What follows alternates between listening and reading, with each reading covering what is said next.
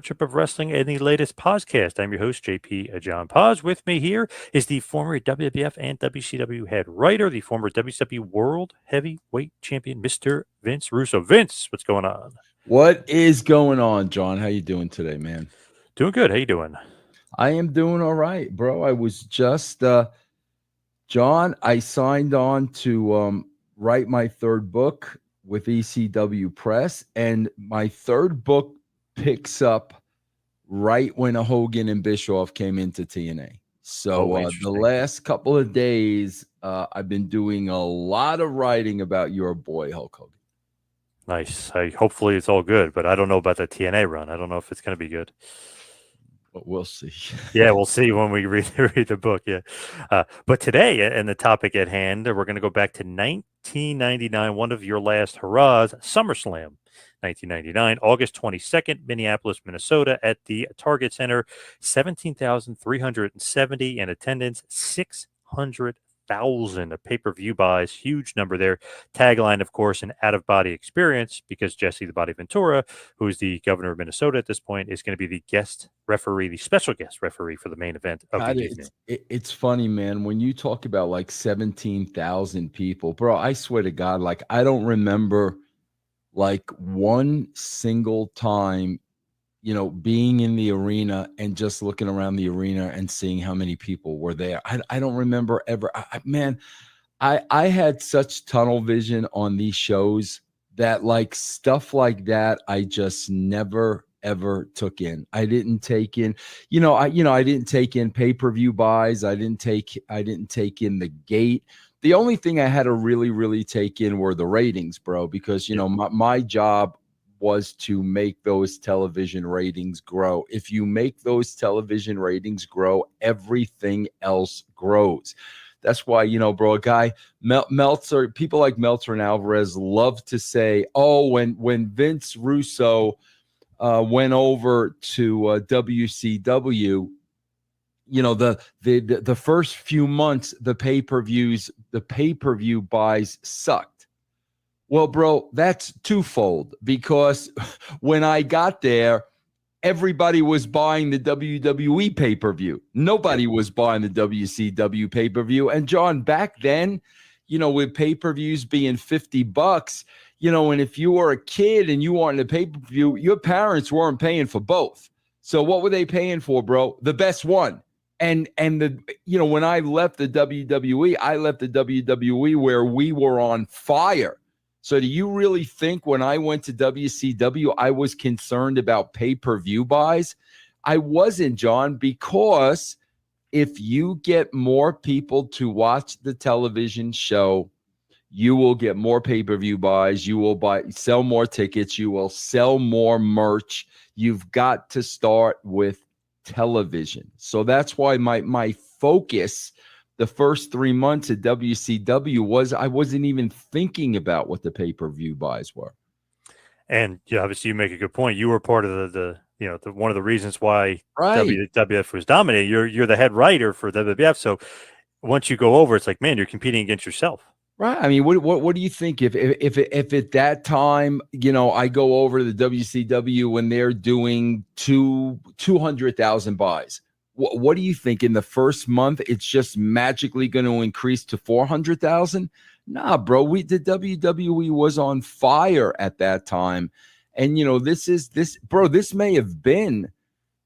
may have actually been my last pay-per-view. I would have to go back and find out when the September pay-per-view was. This might have actually been my last pay-per-view. I don't know. Interesting. I was actually kind of wondering, because I know obviously the next month, if you will, the September pay-per-view is Unforgiven.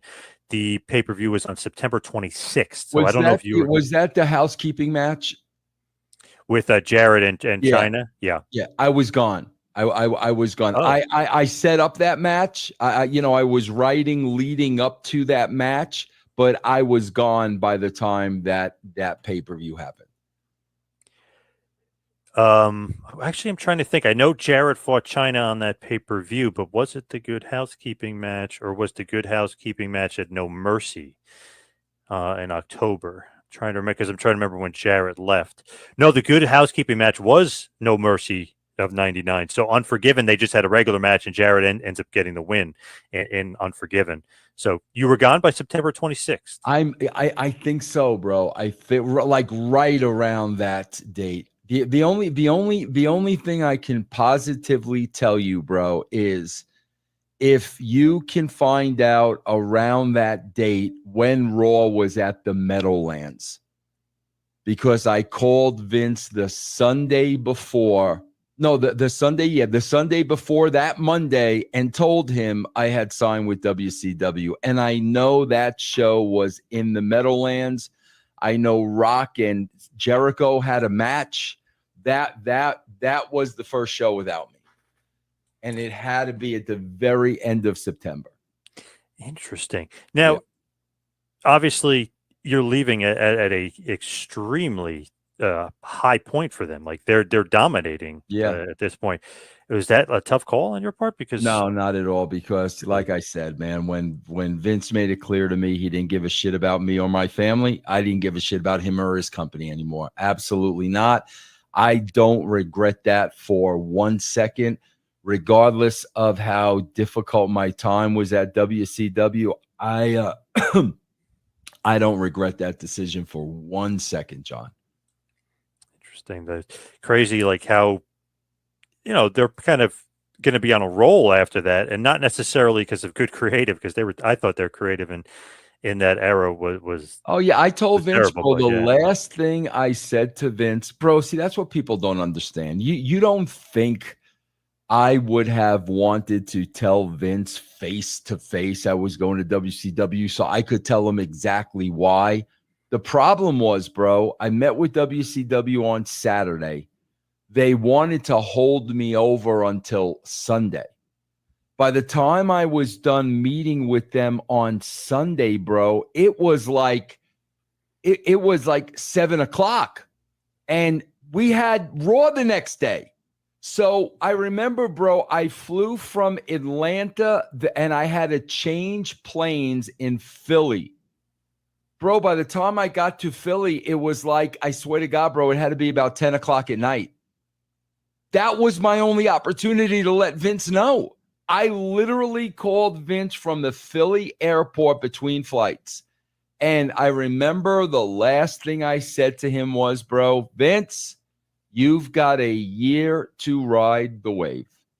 Everything is set up for you. Everything is in place. You can ride the wave for at least a year. And, bro, honestly, you can go back and look at the numbers. That's exactly what happened. Interesting. October 4th, 1999, East Rutherford, New Jersey, Continental Airlines Arena. The Rock defeats Jericho in the main event, 8 minutes. And do you know, John, let me tell you the only thing they changed. We had Jericho going over The Rock. They could have made Jericho 2 years prior to making him. Right. We had, if Ed and I were at that show, Jericho was going over The Rock, and that would have skyrocketed Jericho immediately. That was the only thing they changed when we left. So yeah, bro, the day before I told Vince I was going to WCW. So technically, Unforgiven, you were a part of that pay-per-view. Yes. Because it's September 26th, so you were. Yes. Okay, so that's your last pay-per-view. Yes. Okay, Yes. Good to get that down. So it's so interesting. You and Ed are kind of, wanting to push Jericho. They don't really give him a good push, like you said, for like 2 years. I mean, he's like losing to Chyna. He's winning the IC title, losing the IC title. Had a good feud with Benoit, but you could tell they both weren't really getting a push. So it's like you were advocating for Jericho, but also Bruce Pritchard has said a few times that you were really advocating for Triple H at this point. Did you want to give Triple H the big push? Because he was saying that him and Vince were kind of on the fence with it. He didn't really know, but that you and Ed really wanted to give Triple H like the title. Yeah, bro, because he earned it. Bro, he was, bro, first of all, you got to understand. I mean, my God, John, that curtain call at Madison Square Garden, that happened on a Sunday, okay? I was at Pritchard's house writing with him and Cornette the following day. Bro, they wanted Hunter fired. They were trying to convince Vince to fire Hunter. So Vince didn't fire Hunter, but he was in the doghouse, bro, for a long time. And bro, he, served his punishment and he continued to bust his ass and work hard, and he freaking deserved to go to that next level. Now, I could tell you this, John, had I not been there, they may have fired him. They may, because that's what they do, bro. You know how it works. Pritchard and Cornette were irate over this. Obviously, Vince saw something in Triple H and he saw value in Triple H, so he wasn't going to fire him. However, if my voice wasn't there to try to even things out, who knows if he would have been fired. So at 99, you're the one that wants to give him the world title, like, and give him that big push, because Bruce was kind of saying he maybe thought it was too soon, but obviously it was building towards him getting a big push. Right, exactly. Yeah, absolutely. Yeah. And then here we go 3 years later, when I almost came back to WWE in 2002, he was the voice, cock blocking me to come back to the company, bro. That's how it freaking works. And I'm like, really, Great. Hunter? Because him and Stephanie had gotten the power at that time, and they didn't want that power to be threatened. And I understood that. Like, I know how it works. When you look at this period of time, like we're talking about Triple H getting a push, I'm just curious, was there ever any discussion of Chyna winning the WWF title? She was getting a push at this point. Never. Zero. Never. Really? Because you guys, it was interesting in the lead up to SummerSlam, she would become #1 contender. She beat Triple H because of Foley and because of Austin, but she kept becoming #1 contender, then lose #1 contendership. So it's just a tease. She was never going to get a title shot or anything like that. Was never a conversation. Never. Why the tease with her and kept getting title shots? Just good television. That's all, man. Just good television, just to keep the television fresh and people watching. That's it. That was never a conversation. I mean, we're talking 15, 20 years later, but Tessa Blanchard won the Impact World title. Did you think that was weird? Or would Chyna kind of fit in that same mold? Is that a good thing that Tessa wins the world title? Would Chyna have worked back then as world champion? I don't think that's a good thing. Bro, listen, I've done a lot of crazy, whacked out things in my job, but if you look at how I did them, they were always within reason and they always made sense.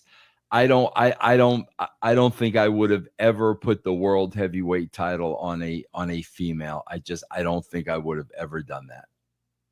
Now here at the show also, Billy Gunn is getting a major push. Obviously he's wrestling The Rock, the Kiss My Ass match. We'll talk about that later, but is Vince McMahon we talked about this. Yeah, Vince was a big proponent of Billy. Bro, I say this all the time, John. I'm sure I said it a million times on this show. Billy Gunn was the greatest athlete I've ever worked with in my life. Athletic-wise, bro, there was nobody that was better than Billy. And I mean, that's what Vince saw, So is Vince the one that kind of pulls the plug when his main event push is no more? Is Vince the one behind that? I think Vince kind of felt like, bro, we gave him the opportunity, but it just wasn't happening. He was not. It's not that his mic skills were bad. I'm not saying that at all. He just wasn't a natural on the mic. Every promo sounded like a promo. That just wasn't his forte, bro. And I mean, it's hard to have a great all around game, and very few people do. And I really think that's where he lacked. So, is Foley coming back at this point? Because he's been off TV for a little bit, nursing some injuries. He comes back. It's so funny. He looks like he's unprepared just because he's wearing the sweatpants all the time and the dirty shirt. It's just almost hey, we just got Foley off the airplane, and now he's now we have.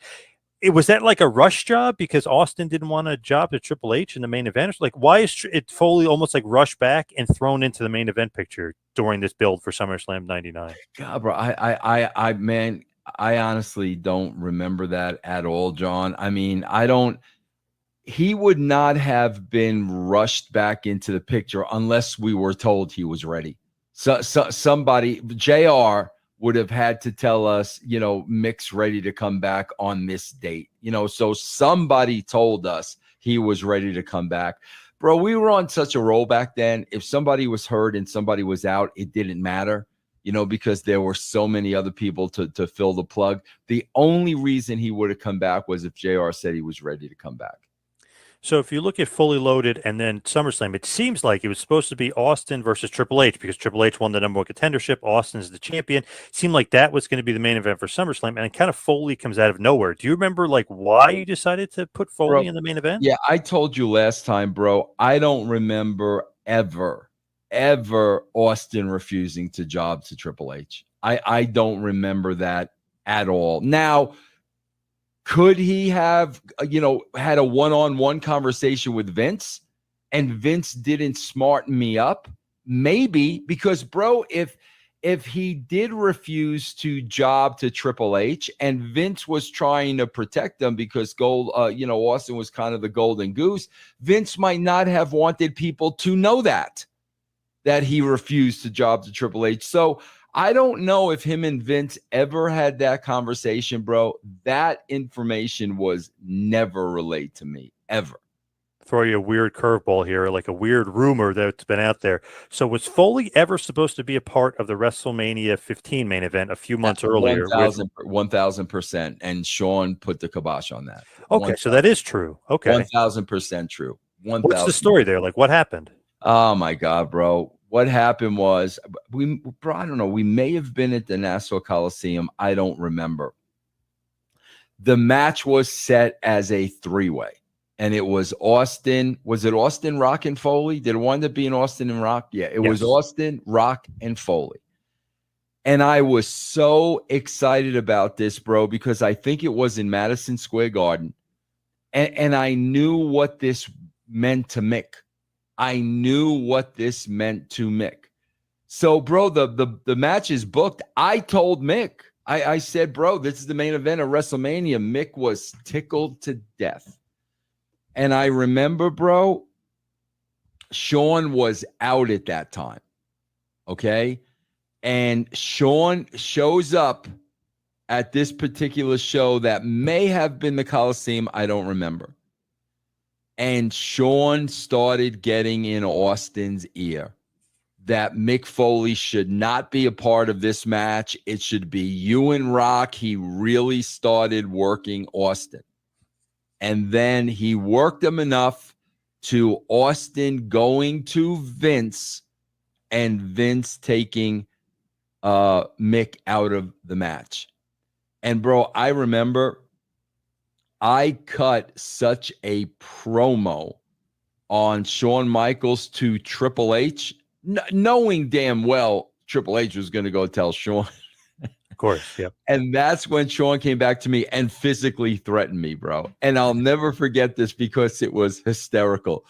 Because, bro, everybody wanted to kick Shawn's ass. And, like, some people did. Like, the Harris brothers, like, Jack Shawn like 10 foot up a wall at Madison Square Garden. Everybody wanted to kick his ass, and I'll never forget this as long as I live. So Triple H goes and tells Shawn, I cut the promo on him for getting Mick kicked out of the match. So Shawn comes to me, starts threatening me, and the last thing he says to me is, and I know I can take you.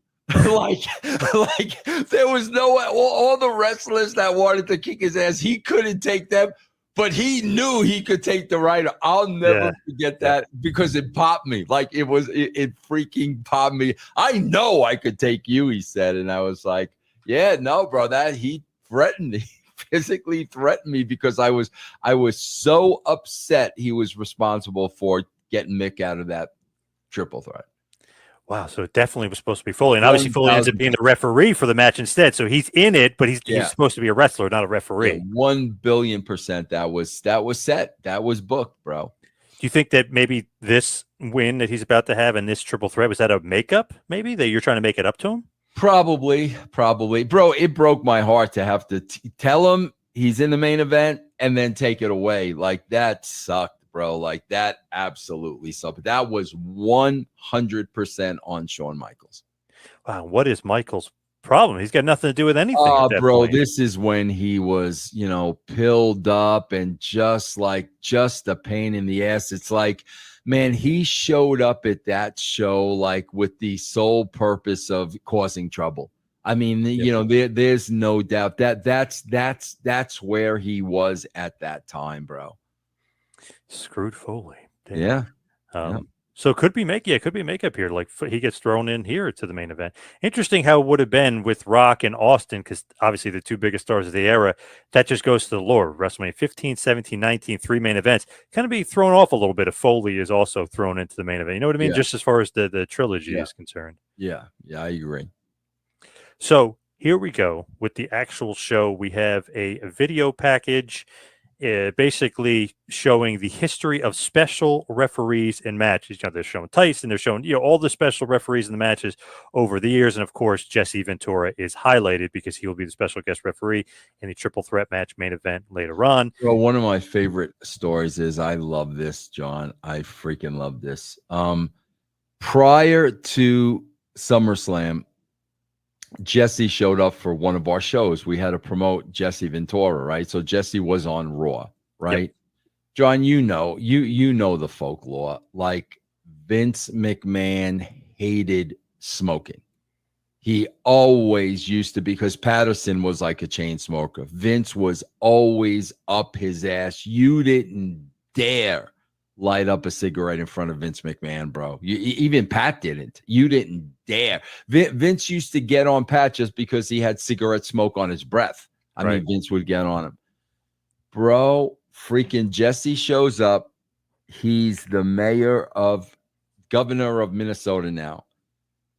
Bro, he's walking around in the back with the biggest, fattest lit cigar you had ever seen. And bro, anytime Vince was in the vicinity, Jesse was blowing the smoke directly in Vince's face, knowing what are you gonna do now, bro? I'm the governor of Minnesota. I don't work. Bro, every time Vince, he would let out this clap, and the look on Vince's face, because he knew he could not say a damn thing. I will never forget that as long as I live, bro. That's great. And obviously they, or not necessarily need him, but it's in Minnesota. He's a huge star. I mean, bigger than ever. He's basically, I mean, he was always kind of mainstream, but now he's like super mainstream. Yep. Somehow he won the governorship. You obviously want him to be a part of the show. He's a part of the advertising show. He's part of the cover. He's part of the poster. Like, he's part of everything. So there's nothing Vince could do. And God knows what Vince paid him. God knows what he asked for, bro. And Vince and him never really got along, right? No, not really. But bro, Jesse's the kind of guy, bro. You're not going to tell him what to do. He's not going to be a puppet. He's not going to play by the rules. And yeah, bro. And that's the thing with Vince, though, bro.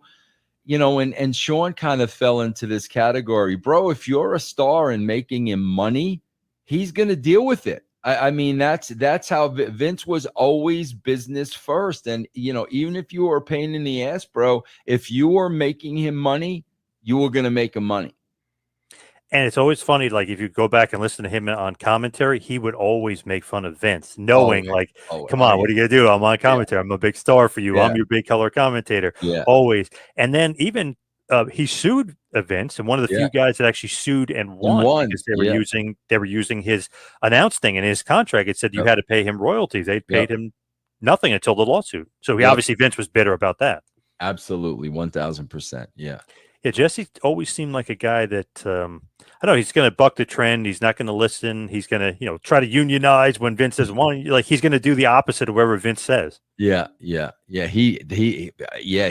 I mean, I'm sure you know the story, but he always blames Hulk for ratting him out to Vince. Yep. So interesting, though. He basically became like a Hollywood star, so he got all the money from being in SAG and stuff, and he got covered. So he basically apparently went to Vince afterwards and be like, "Well, Bro, I don't need your union." You know what I mean? Like that I've kind of thing. always said these freaking guys with the union, like the problem is, bro, all it takes is one guy to say no. Yeah, I've always said with professional wrestlers, bro, if you want things to change, okay, if you want things to change, bro, it's real simple. WrestleMania, every wrestler on that card unites. Vince, we ain't going out there tonight unless we get A, B, C, D, and E, and it's put in writing. Like, it's that simple. It's that simple. If everybody's on board, Vince can't hold it against nobody. Not one person is going to be punished. But if they ever banned a night of a big show, bro, they could have got whatever they wanted, bro. And I for the life of me, I don't know why they never did that. very interesting with just the union talk in wrestling. But as far as Jesse Ventura is concerned, he's now backstage. He's talking Law and Order with Chyna and Triple H. Nobody will interfere, and I'm going to call this, and pin has to be in the middle of the ring. Then we cut to Chris Jericho, which is great that he gets highlighted. He's backstage with Howard Finkel, and he keeps calling him Harold, which is great. That's great. Yeah. Jericho always had that great comedy where, like, Mitchell Cole, he'd always call the guy by the wrong name. I always tickled me. I always like that. It's funny, bro, because, everybody, like, there are so many people now that know the Chris Jericho of AEW.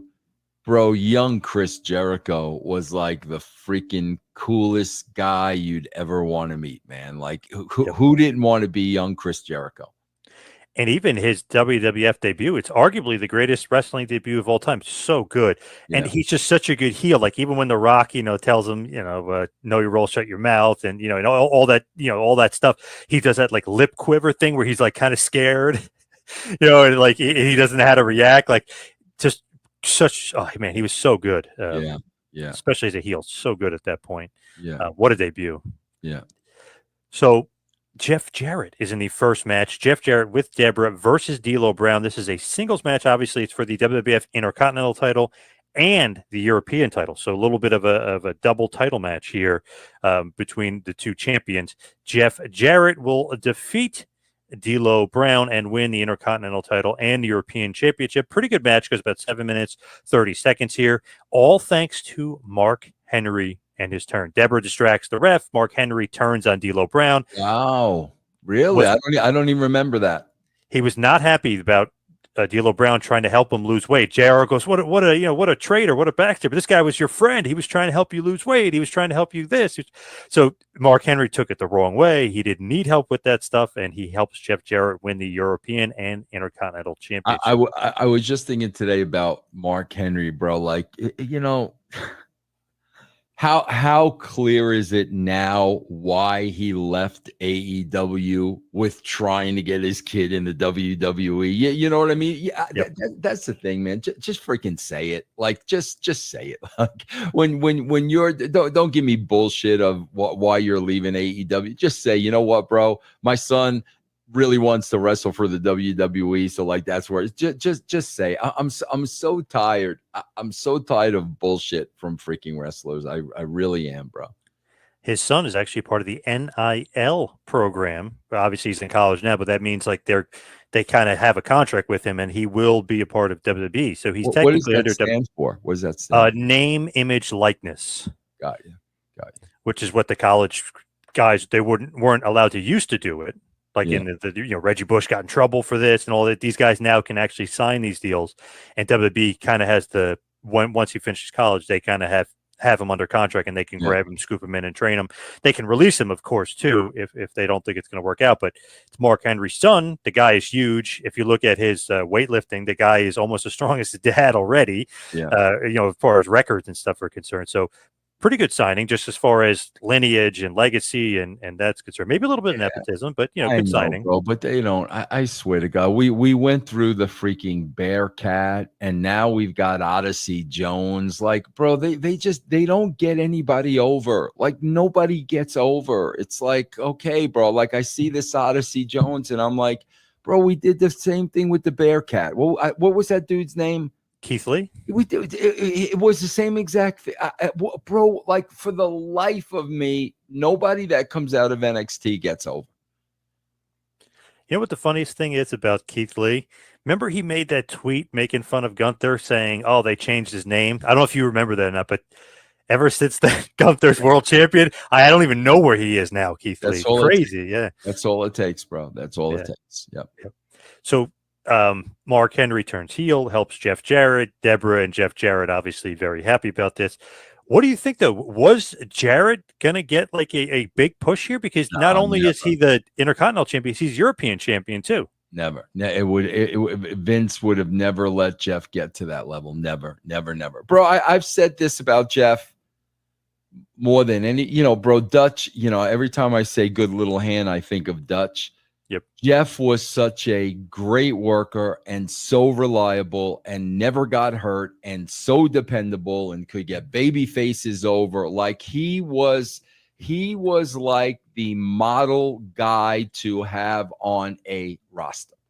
And my God, bro, like in that role, I don't know if there was ever anybody better than Jeff Jarrett. I really don't. He was damn good. Love me some Double J Jeff Jarrett. Yeah. We go backstage. Michael Cole's with Edge and Christian. They have a babyface promo talking down about Gangrel, who now has recruited the Hardy Boys to his team. Do you feel like the Hardy Boys always needed a manager at that point? Because they had Michael P.S. Hayes. Now they have Gangrel. At that point, they did.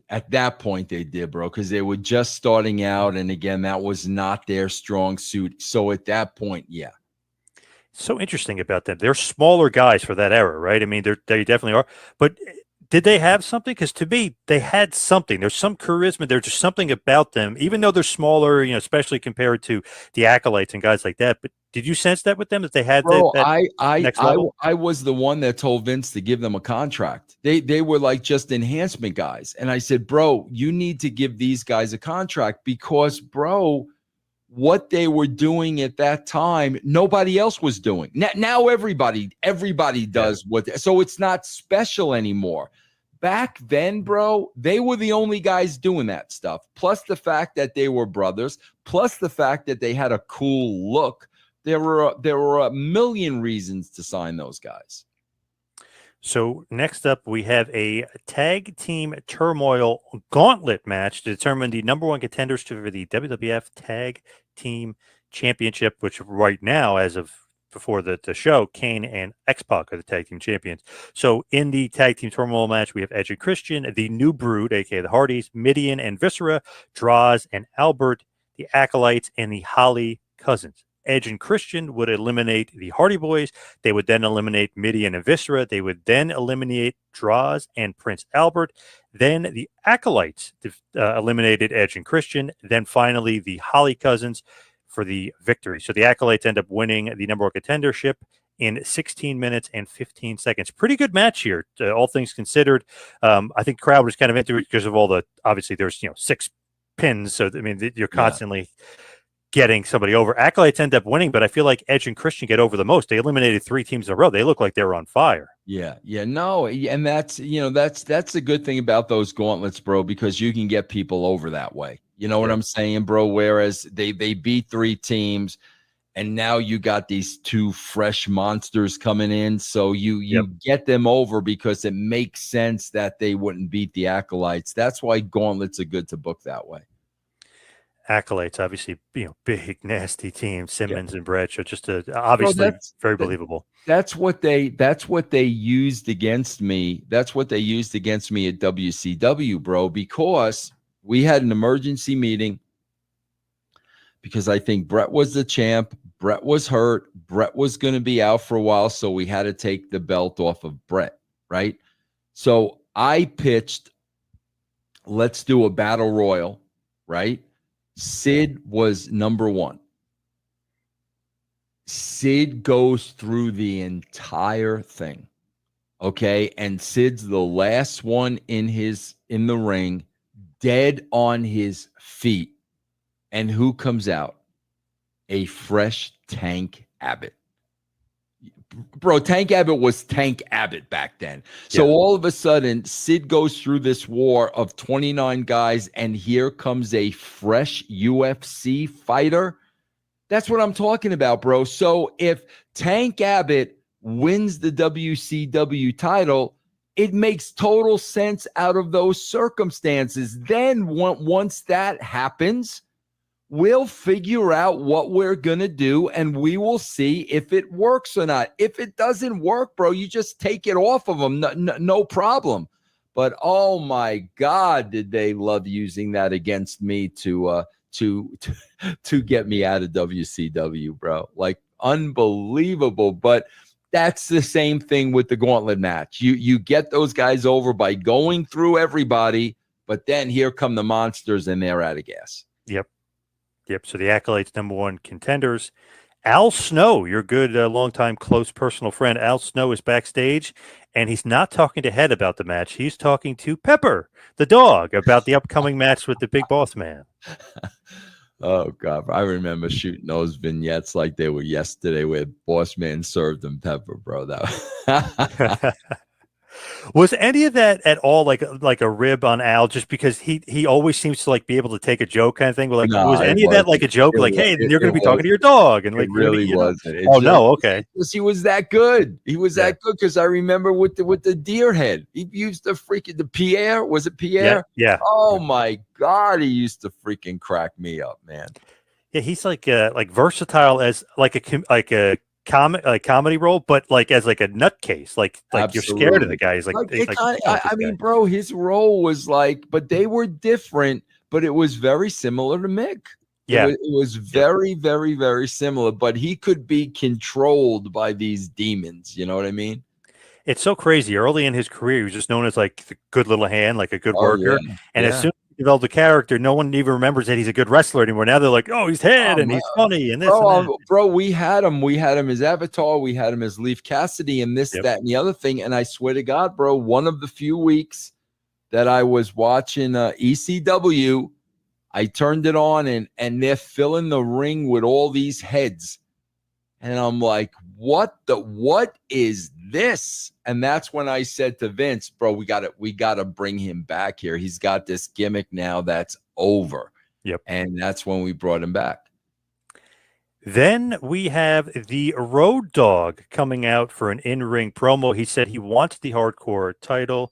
He wants the winner of the Al Snow versus Big Boss Man match for the hardcore championship.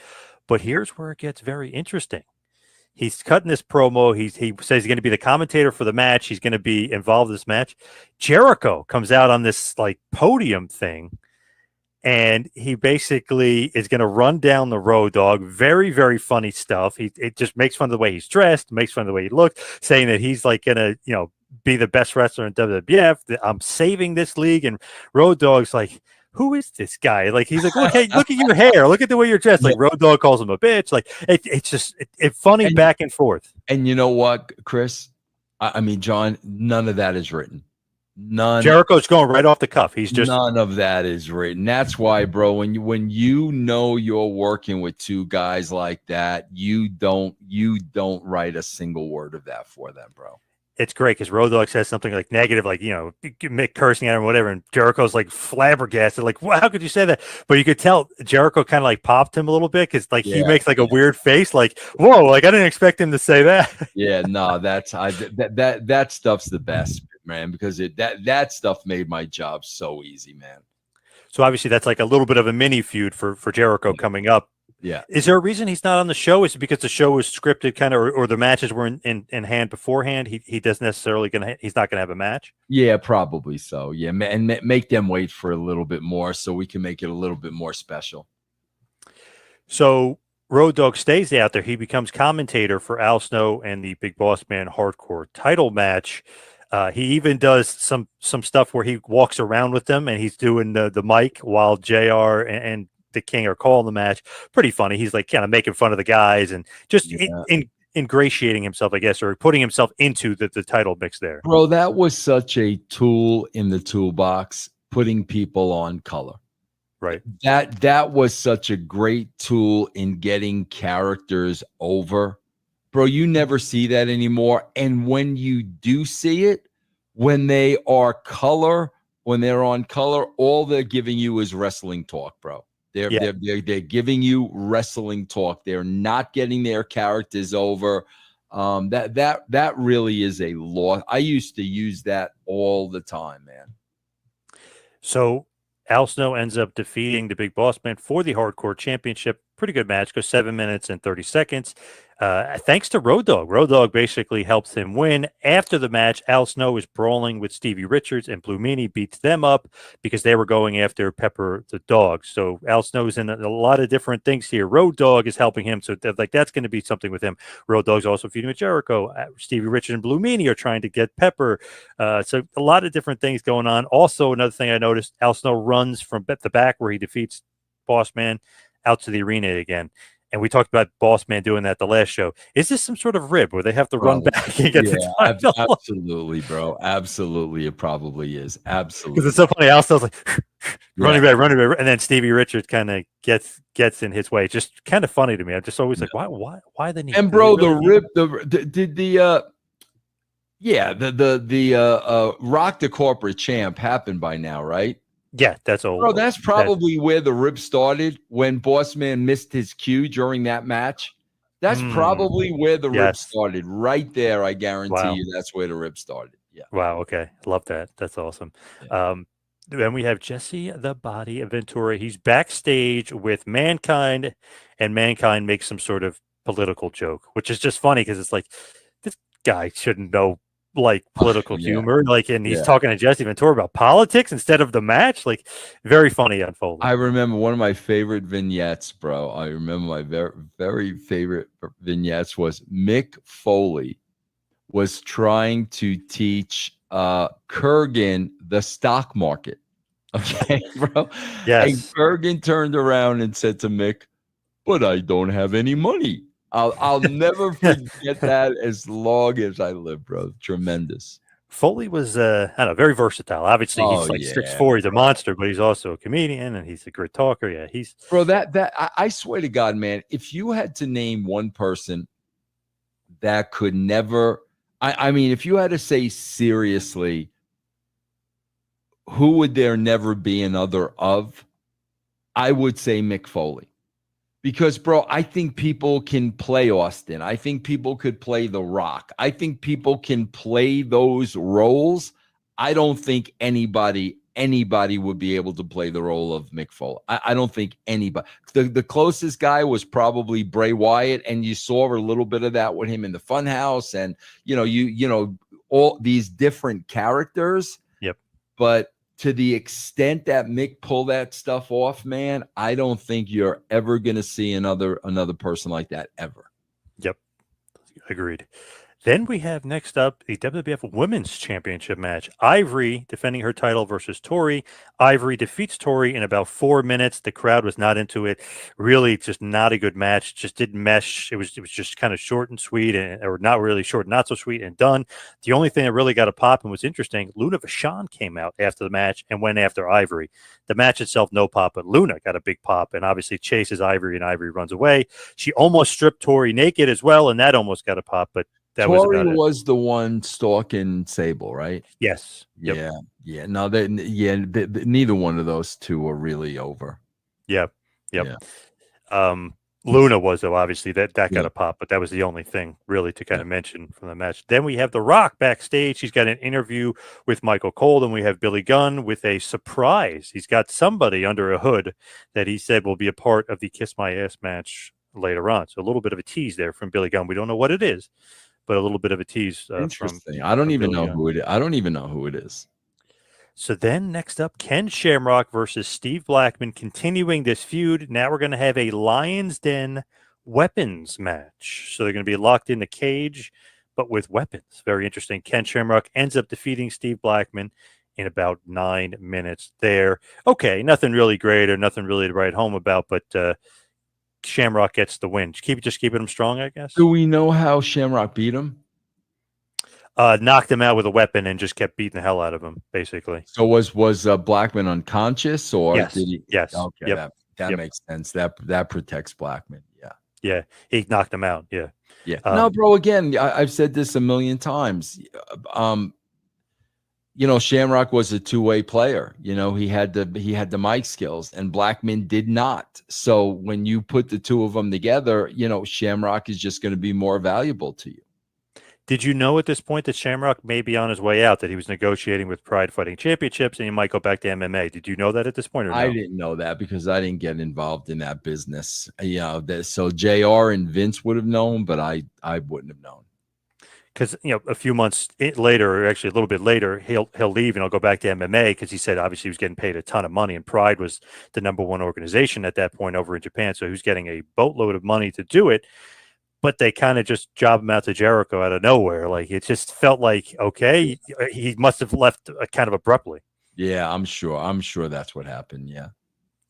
Kevin Kelly backstage with Test, and they're recapping his Shane McMahon's attack on Sunday Night Heat, which is, of course, a part of the Greenwich street fight between Kane and Shane McMahon that we're building up to. Well, you gotta love that. Test is the babyface, and obviously Shane is trying to say that he shouldn't be dating his sister. So basically, if Shane loses the match, he's forced to give his blessing to Test and Stephanie dating.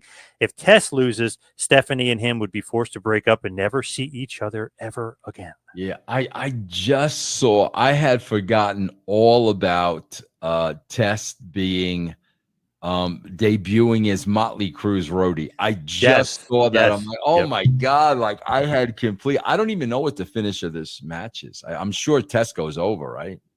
So Test defeats Shane McMahon. Actually, really good, really fun match. Shane is nuts. Some of the stuff he takes and some of the bumps. He ends up winning at about 12 minutes. Also, part of the match, though, Mean Street Posse, of course, interferes, who Test was kind of injuring slowly as we build up to the pay-per-view. So they're all like, one has an injured foot, one is this, they're all injured, which was funny. The Stooges actually come out and beat up the Mean Street Posse at one point. Stephanie comes out after Test wins, and they celebrate the victory. But Test goes over in 12 minutes. Shane is now forced to accept the relationship between his sister and Test. Very nice, bro. Very nice. I would love to know what that the Shane-Stephanie relationship is today. I would love to know what that is. Considering Shane McMahon had met up with Tony Khan and Stephanie was in the crowd for SummerSlam, probably not good. That's what I'm saying, man. God, I wish, man. I mean, bro, John, 10 years from now, what would you freaking pay to see a McMahon miniseries, bro? Yes. Oh my God, bro, I would give anything to see a miniseries made about that family and all the things that were going on that we were totally oblivious to, man. And obviously, Shane took that picture for a reason with Tony Khan. You know what I mean? Either piss off the WWF or maybe wake them up, or I don't know. But he took the picture on purpose. Yeah, if Shane didn't want that picture to get out, it wasn't getting out, bro. Yeah, absolutely, John. Yep. Are you shocked at all about that meeting, or did you see it coming that they would actually meet? No, I think Vince wants to buy AEW, and he's using Sean as his front man. That's what you think. Wow, you think Shane 1,000%. 1,000%. I'm convinced of that 1,000%. This ain't about Shane working for Tony Khan or working with Tony Khan. This is about them taking over that company. Do you think that Khan would actually ever sell? The only reason I think he would sell is if they've built up a loss they cannot overcome, and now he's got to save face with his old man. And I can definitely see that, bro. If after 5 years, this is the loss, this is where we're at, and the only way Tony can make it look like a success is if he sells it for more than what was lost. And I can definitely see that happening. Interesting. Very interesting. Yeah, his dad would have to say, "Hey, I'm going to stop giving you money." Yeah. Yep. Yeah. Yep. Then we have Kane and X-Pac backstage Man, interview with how Michael many Cole. matches were on this card, bro? Like, Nine total. Yeah. Okay. Wow. A lot of matches. But go ahead. So they're backstage with Michael Cole. Yep. And then they show a video package highlighting the Undertaker and Big Show, aka the Unholy Alliance, feud with Kane and X-Pac. So next up, the Unholy Alliance, Big Show, and the Undertaker with Paul Bearer defeat Kane and X-Pac to win the WWF Tag Team Championship. Pretty good match. Not bad, but nothing crazy, nothing really to write home about. But they win the tag team titles, Undertaker and Big Show. Very interesting though. Big Show chokeslams X-Pac, lollygags, and Kane's on the outside because they had beaten him up and kind of taken him out, and goes for the pin, but just puts his foot on him. And X-Pac like barely kicks out. Undertaker goes, "Get over here." Tags himself in, tombstone, pins on X-Pac 1, 2, 3. And they're the new tag team champions of the Unholy Alliance, but they're fighting each other, basically. Not fighting, but like yelling at each other afterwards. Yeah. Why did you pin him like that? I told you to, you're not showing enough effort here. Like, what are you doing? I had to show you how it's done. Blah, blah. And so Big Show's like, "Oh, screw you. I'm the one that took care of it." And like, so very interesting. They're the tag team champions now. They're the Unholy Alliance, but they don't get along at all. A lot of tension. Yeah, I wish I would have got to work with him more, bro. Him and Jericho. You know what I'm saying? I mean, they came in at the tail end right before I left. I wish I would have got to work with him more. You were a part of bringing Jericho in, but were you a part of bringing Big Show in at all? I was not a part of bringing Big Show in, bro, but I was there the day Big Show met with Vince at his house. I was there that day, but I had nothing to do with that. No, Jericho, I was the one, that was on the phone with him all the time, but I was just at that first meeting with Big Show and Vince, but I had nothing to do with orchestrating that. So then next up, we have The Rock versus Billy Gunn in the Kiss My Ass match. Billy Gunn reveals that the woman that he had with him was just some fat woman that he made her a part of the Kiss My Ass thing because she's not that good looking. And, like it was basically like an insult kind of thing. Bro, can you imagine? You could never, ever do something like that today, bro. No. And JR and Lawler, because she had this black thing over her, but you can kind of see her knees and her legs. And JR was like, "Look at those knees there. That's not looking too good," or something like that. Lawler must have had a freaking yeah. Oh yeah. And they're making fun of her and stuff. She's a part of it because she's getting paid, so she's a part of the joke. But obviously today, you'd be in trouble if you did that. Bro, remember how Bobby Heenan used to make fun of the Rosati sisters, bro? Remember that? Can you imagine that today, bro? Could never get away with that today. No way. So The Rock wins. He wins the Kiss My Ass match. He beats Billy Gunn in about 10 minutes. Pretty good match. Nothing crazy here. But I can't kind of think like with that fat lady and the kissing her ass and the other stuff kind of meant the end of the Billy Gunn push. Yeah, I agree with that. Yeah. Smart, though, The Rock goes over. That's the right. Oh, absolutely. Thing. Yeah. Oh, bro, it's the money. Go with the money. That's why, like, I swear to God, I watched the WWE today, like, and I'm like, Sami Zayn beats Gunther. Who's the money in this match? Like, who's the money? You always got to go with the money. Who's the money, bro? Didn't like him beating Braun Breaker either. Me neither, bro. Who's the money? Who's the money?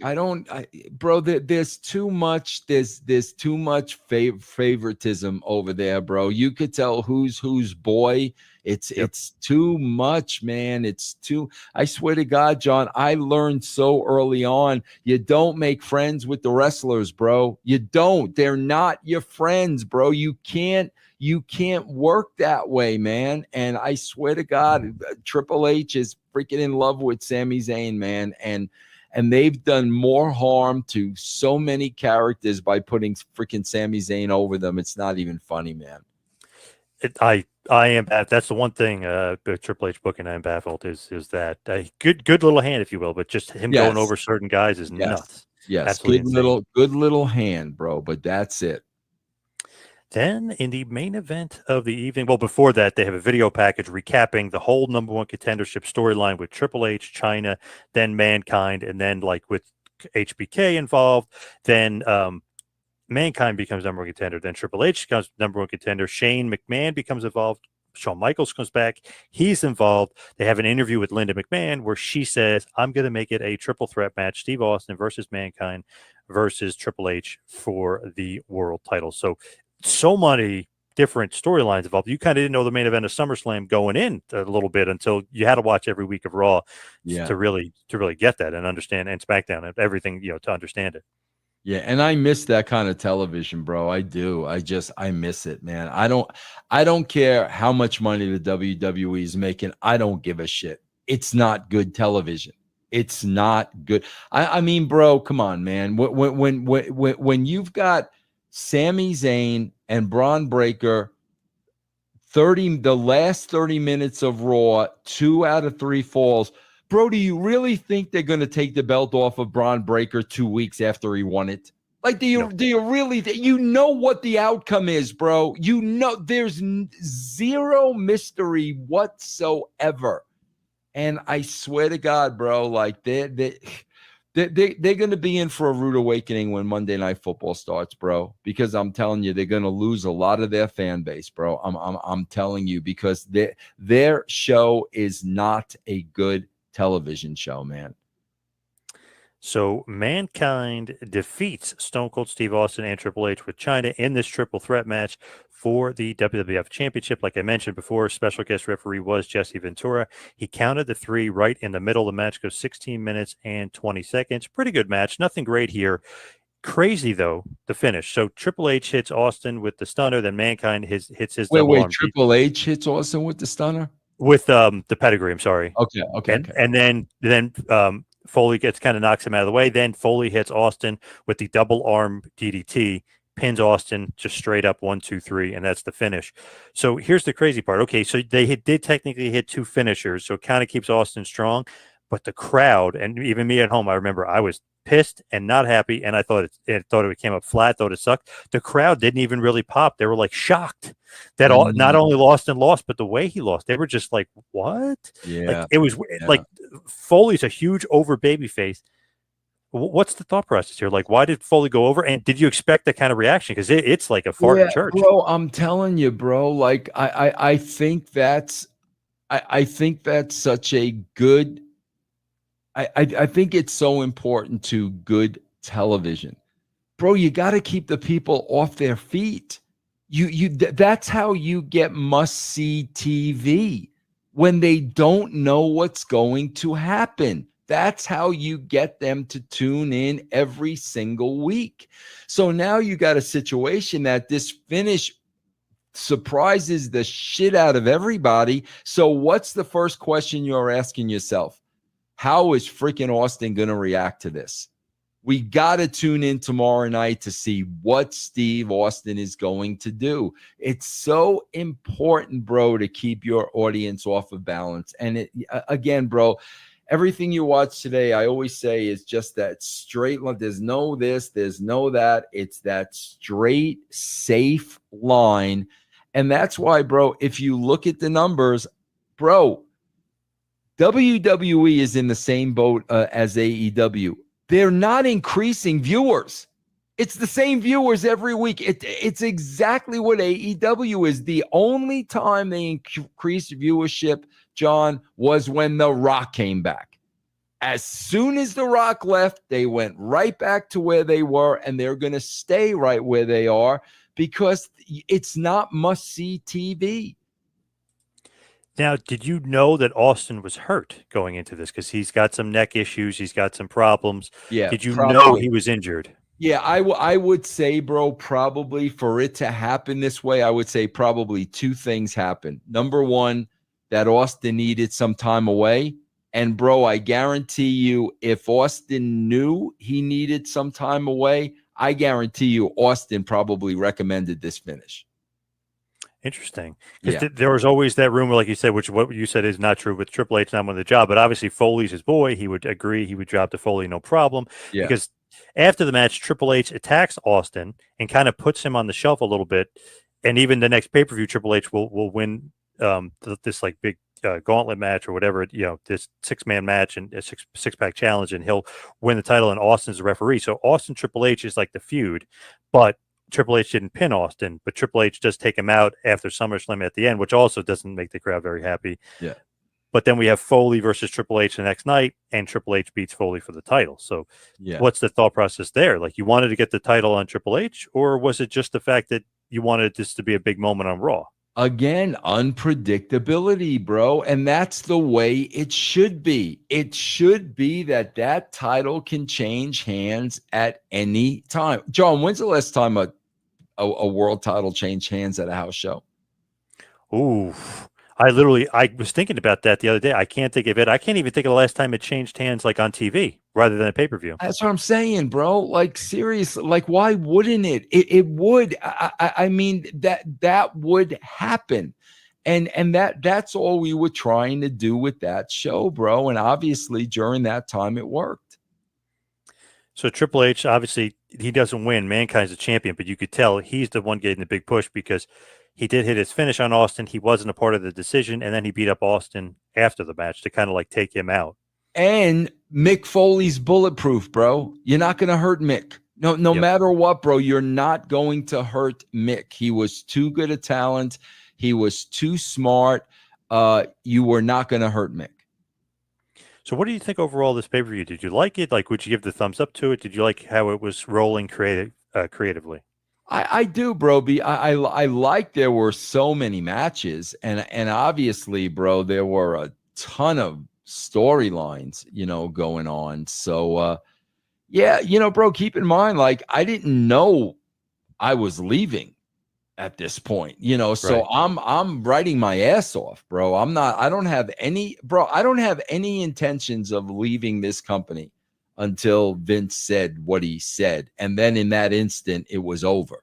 So I'm working just as hard as I was working 2 years ago, man. Nothing changed for me. It's crazy to me, and even I remember this as a fan. I was like, this is kind of where like they start going downhill creatively. Like, it just felt like it wasn't going that good. The Austin wasn't. He's still super hot, but like his feuds aren't that hot. This Triple H, are we really ready for this Triple H push? It just felt weird. But 600,000 pay-per-view buys, the ratings are through the roof. You're killing WCW, like murdering them, beyond belief. So it's funny. It's like you guys built up so much goodwill and momentum. It's like you mentioned before, it's almost like it just keeps going, even if it's not as good as it once was. But 98 was way better. 98's way better. But it was slowly going to die too.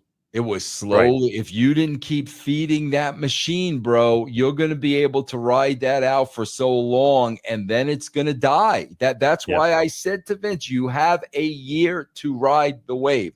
My exact words to him, bro. And they do. I mean, they keep it going. But it's funny. I just didn't think they were as good creatively. Yeah. Even here, SummerSlam, I didn't think it was that great. Well, bro, like I said, we had Jericho going over the Rock. That would have changed everything, bro. That literally would have changed the entire landscape. But when they changed that out of the gate, that's when I knew, bro, they're going to go back to wrestling. And it's just going to be a matter of time before this thing starts slipping. Do you think the lack of the Jericho push initially is because he's from WCW and that's like a Vince thing? 1,000,000,000%. Absolutely. Absolutely. So weird. Like, you couldn't give a guy a push that deserves a push, that you could tell this guy's got charisma at the yin yang. He's an awesome wrestler. That's why Vince would have never done that shit with me and Ed there. Never in a million years, because we would have said exactly what you just said. He would have never, ever done that. But now you take us out of the equation and you got Bruce in his ear and all. Yeah, bro, that's exactly why. And Triple H apparently didn't really like him, as you go through. I mean, who would have been a bigger threat to Triple H than Jericho? Come on. Right. A guy with those mic skills that could actually wrestle. Create the catchphrases to sell the merch and all that other stuff. Yep. Why